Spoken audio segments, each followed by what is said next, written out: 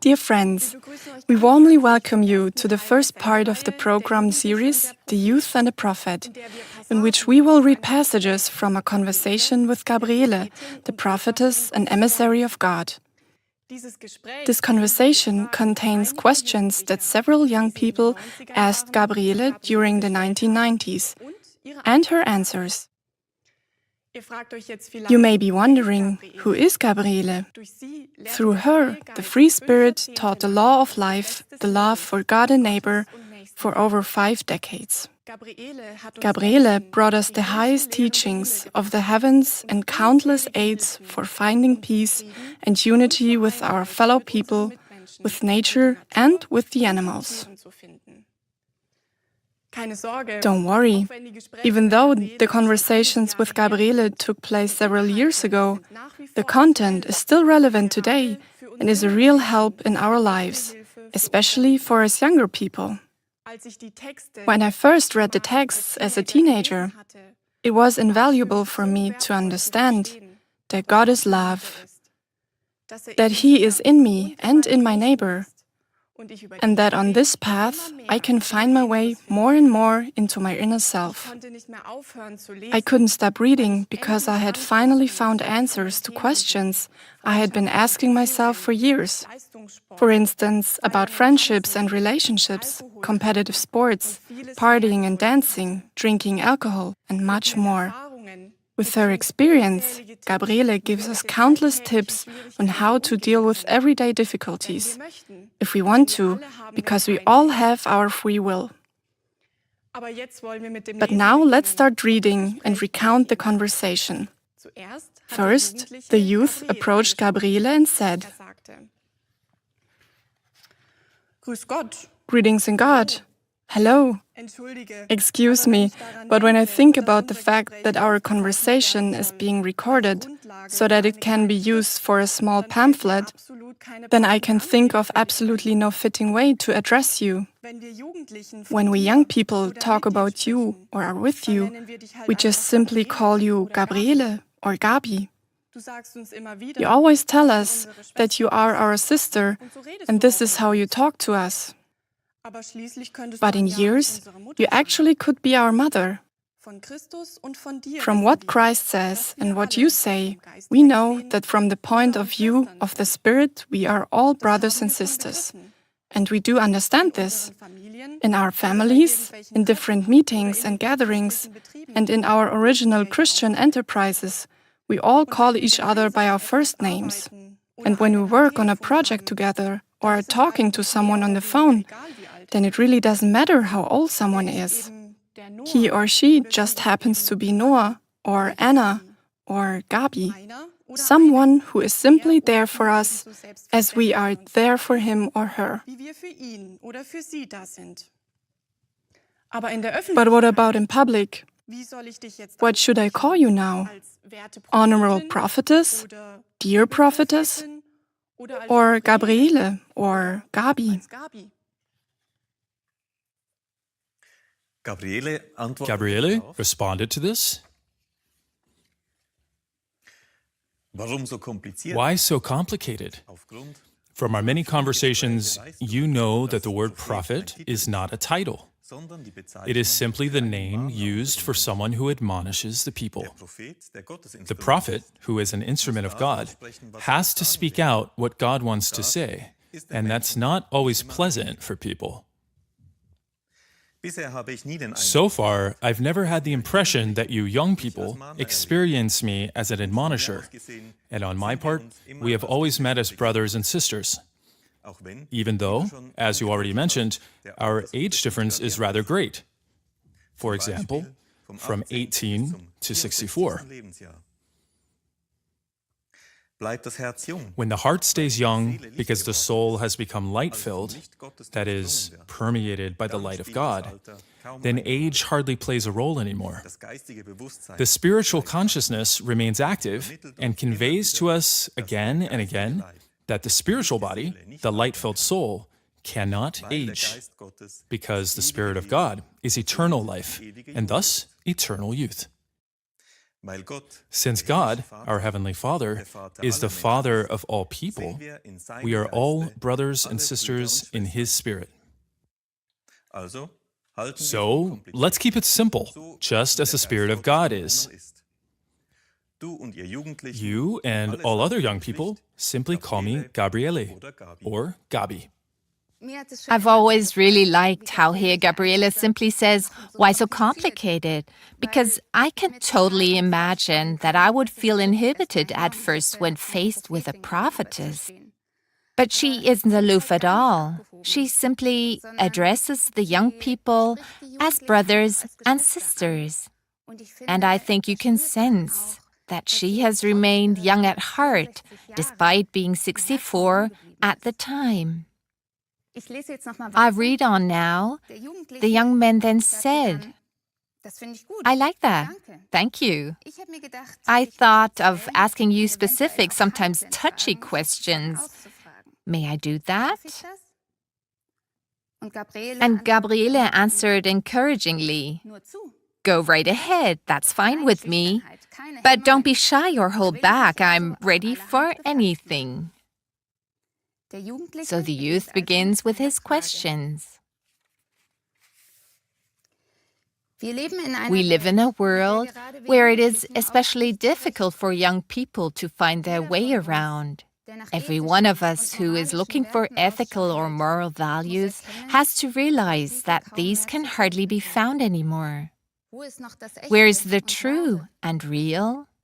Everything, without exception, is reduced to a norm, and before you know it, you become or have already become an imitator who lets himself be brought into line in many areas of his life, turning into a conformist. If a young person tries to express his individuality by living according to his ideals and values, he is branded an outsider and soon has no friends left. But we need friends, and we also want to have good role models. Okay, I do have friends, but I know many who say it's difficult to find real friends. Gabi, you told us, try not to orient yourselves to people. Instead, let the image of Jesus of Nazareth come up in you again and again, of what he taught and how he lived. Project his teaching and his life into the present, because he is the standard of value for all times and for all eternity. One of the young people asked the following question regarding this. Gabriele, you are a human being yourself, and you know that it is not often easy to take Jesus of Nazareth as the standard for our life today. I sometimes try to imagine what the life of Jesus of Nazareth would be like, how he would behave if he were to live among us today, for example, as a young person. Gabriele, I would now like to ask you the following question. If you were our age, let's say 20 years old, what would your life be like? Let's hear what Gabriele answered to this. Well, I think I have to go back in time somewhat. When I was between the ages of 16 and 20 years, our country was still suffering from the effects of World War II. Much had been bombed, and there was still a lot of chaos on many different levels in many cities, and yet restoration had begun here and there. Most people had little money, and whatever a family had, it needed for its own personal use. Even back then, it was hard to find an apprentice position. Not everyone who finished school well was able to go on to a college or university, because there was either no transportation available or not enough money. On the radio, we had only a few programs, and not every family owned a radio. There was no television and no computers. There were no discos, no open-air concerts, and all those things young people enjoy today. We didn't ask about fashion trends. We wore what we had and what was given to us. Nevertheless, we teenagers also had our ideals as well as ideas, which, however, were not so far-fetched and ambitious as is usually the case today.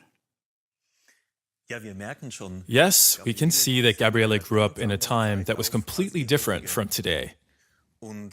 For most of us younger people, life without cell phones or the internet is something we only know from stories. And it is impossible to imagine our lives without them. Especially with the flood of information on the internet, I find it extremely helpful to compare the things we read, hear, and see with the teachings of Christ in order to have a yardstick, as Gabriele says, and not simply orient ourselves to the opinions and ideas of other people. But let's continue reading about how Gabriele describes her youth.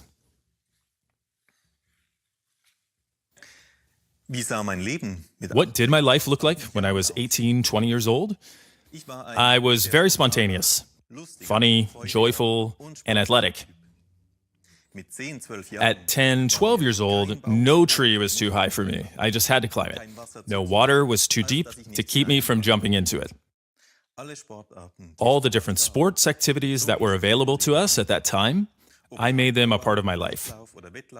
Whether it was handball, track and field, or gymnastics on the horizontal bar or the rings, all the usual sports of that time were a part of my life. My liveliness and joy in life, as well as my physical strength and dynamism, found expression in these activities. I always had many friends, but also many desires. For example, I wished to have my own home and my own family when I grew up.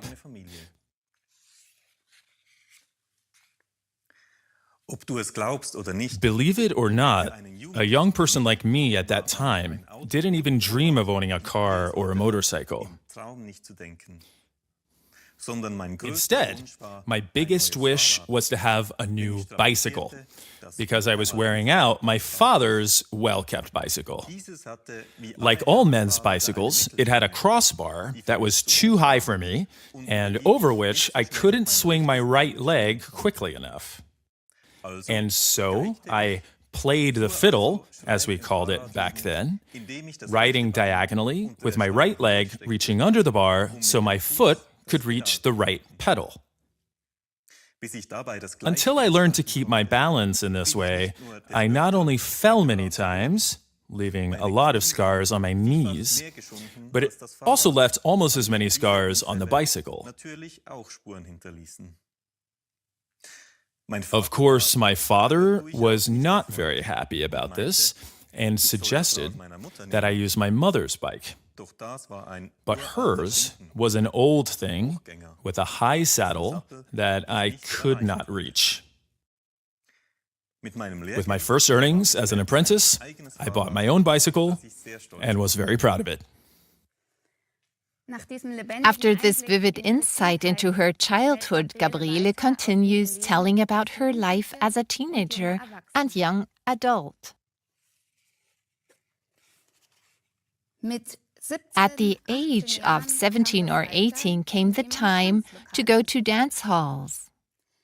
Back then, we did not have dancing lessons. We simply watched how the older people did it. Carnival was another welcome opportunity for young people to meet new friends, to go dancing with them. It also meant having a new cocktail dress, that is, having a new dress made. As you know, I grew up in a small town where everything was proper and everyone well-behaved. Friendships between boys and girls often remained just that. They did not lead to sex, at least not for me, because I was a tomboy who was much more interested in sports, including swimming, than in spending my time on romantic dreams or some kind of feeling or other. But I also enjoyed good company. If I look at your life today and transpose it back into the time when I was 16 to 20 years of age, and if I take my feelings of back then into account, then it is more than likely that I would have gone to discos, open-air concerts, and whatever else was offered. But when I transpose my present spiritual knowledge back to that time, when I was between 18 and 20 years old, then the young woman Gabriele comes out who would have weighed and considered everything and would not have oriented herself to the masses. My innate urge for freedom and my love for the truth would have contributed to an inner self-reliance and a true self-confidence, and probably would have helped me to become a sovereign person at a young age. I also would have gone through my marriage and family life later on quite differently than did the Catholic Gabi, who had no idea of the most subtle aspects of the law of God that make especially marriage and family life such a valuable experience. I find the words urge for freedom, love for the truth, inner self-reliance, true self-confidence, and sovereignty show of a young person who stands in stark contrast to the schematized world and the imitator mentioned at the beginning. And I find this image very appealing. In any case, I want to be independent and free inside. Gabriele continued. Because I was an unknowing person in terms of the inner life, that is, the spiritual values and laws, I did many things wrong, also with my friends and later in my marriage and family. If I had known the spiritual laws then, that I know now, under no circumstances would I have become an imitator, as the young girl Gabriele was in many ways, because she didn't know better. It was especially in imitating others that I often got into trouble, triggering many quarrels, misunderstandings, and much dissatisfaction. As a young person with spiritual knowledge, I would never bind myself, least of all to another person, not even to my own partner. I would not use him for my own purposes. My effort and striving in our relationship would be to be an equal partner who can talk to her life companion about everything. In the same way, I would leave my children their freedom and would not tie them to me. I would do my best to guide them and not to train them, as it was customary back then.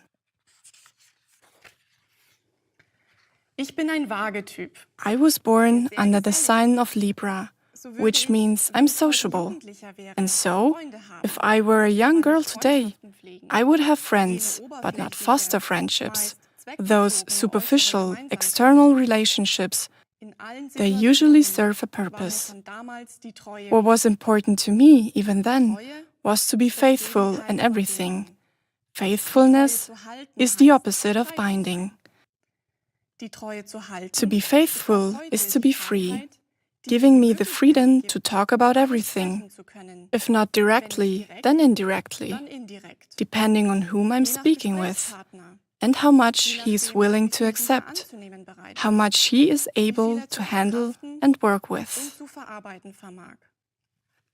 I think it's really ingenious how Gabriele explains the topic of friendship in such a simple and realistic way, and what she says about faithfulness, that faithfulness is the opposite of binding, and being faithful means letting the other person be free. It's really a great help for one's own life. Yes, I think so too. I'll just read a bit further. The youth says, Gabriele, while you talked about your youth, it made me rather serious. It's difficult for me to imagine your youth in the years after the war, because I never experienced such times. This shows me that for someone who didn't live through it, it's difficult to know what it was like to go through the war or post-war years. This helps me understand the teaching of the Christ of God, which says that someone who has not experienced certain situations or things and has no programs for them cannot understand another person in these points. I had to laugh when you spoke so vividly about your childhood, about your escapades with the bicycle, climbing trees, your sports activities, and your honest confession that because of your Catholic ignorance about the spiritual divine laws, you too did many things wrong.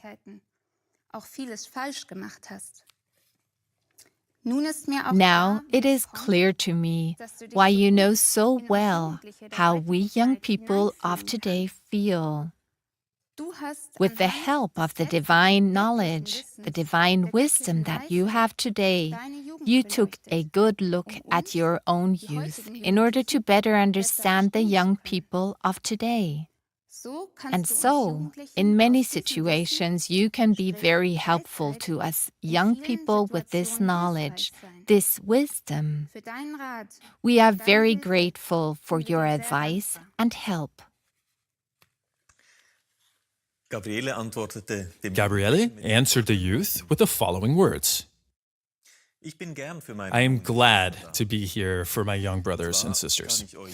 I may be able to offer you my advice and help in many respects, but whether or not you accept it is left up to each one of you. Above all, doing it, putting it into practice, that is, putting it into true reality, is something everyone has to do for himself. Whether young or old, this holds true for everyone, because of the law of free will. Dear friends, that was the first part of the program series, The Youth and the Prophet. Despite her advanced age of over 60 at that time, the way Gabriele talks about her childhood and youth with such youthful enthusiasm is simply infectious, and shows that a fulfilled life in God, which also includes faithfulness and freedom, keeps the heart young. I find particularly helpful the advice not to orient oneself toward other people, but rather to keep the life and teachings of Jesus of Nazareth in mind and include them in my everyday life. This appealed to me greatly as a young person and is still a great help to me today. For example, in examining my thoughts or behavior toward my fellow people. And it also shows me where I still stand, whether my behavior still belongs to the ego of yesterday or already fits the person of the new era, who, as Gabriele says, brings the teaching of love for God and neighbor into true reality. In the next part of the series, we'll continue reading, and already now we'll tell you how it continues. The youth wanted to know from Gabriele, if you were to feel into your youth with the divine wisdom that is now open in you, what would you do after work? What would your interests be? As a young person, would you try to change the world? What Gabriele said to this, we'll learn in the next program of our series, The Youth and the Prophet. We'll be very happy to have you with us again next time. Until then, all the best, a good time, and greetings in God.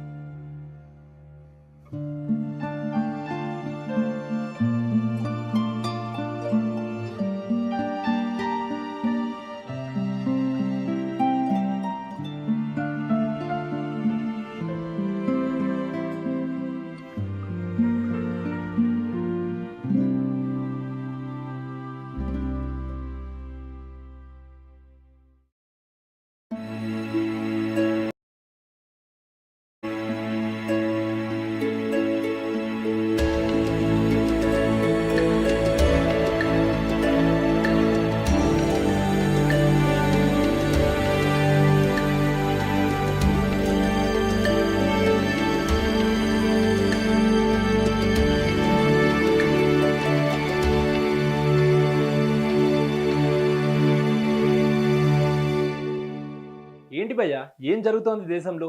ఎక్కడ చూసినా భర్తను భార్య చంపడం, భార్యను భర్త చంపడం, ఇవన్నీ కూడా సాధారణంగా జరగట్లేదు. ప్రియుడి మోజులోనో లేకపోతే ప్రియురాలి మోజులోనో పడి ఇలాంటి దారుణమైన ఘటనలకు దారి చేస్తున్నారు, అదేవిధంగా ప్లాన్ చేస్తున్నారు దుండగులు. సో ప్రధానంగా ఇటు పూణేలో జరిగినటువంటి ప్రముఖ వ్యాపారవేత్త హత్య చూసుకున్న,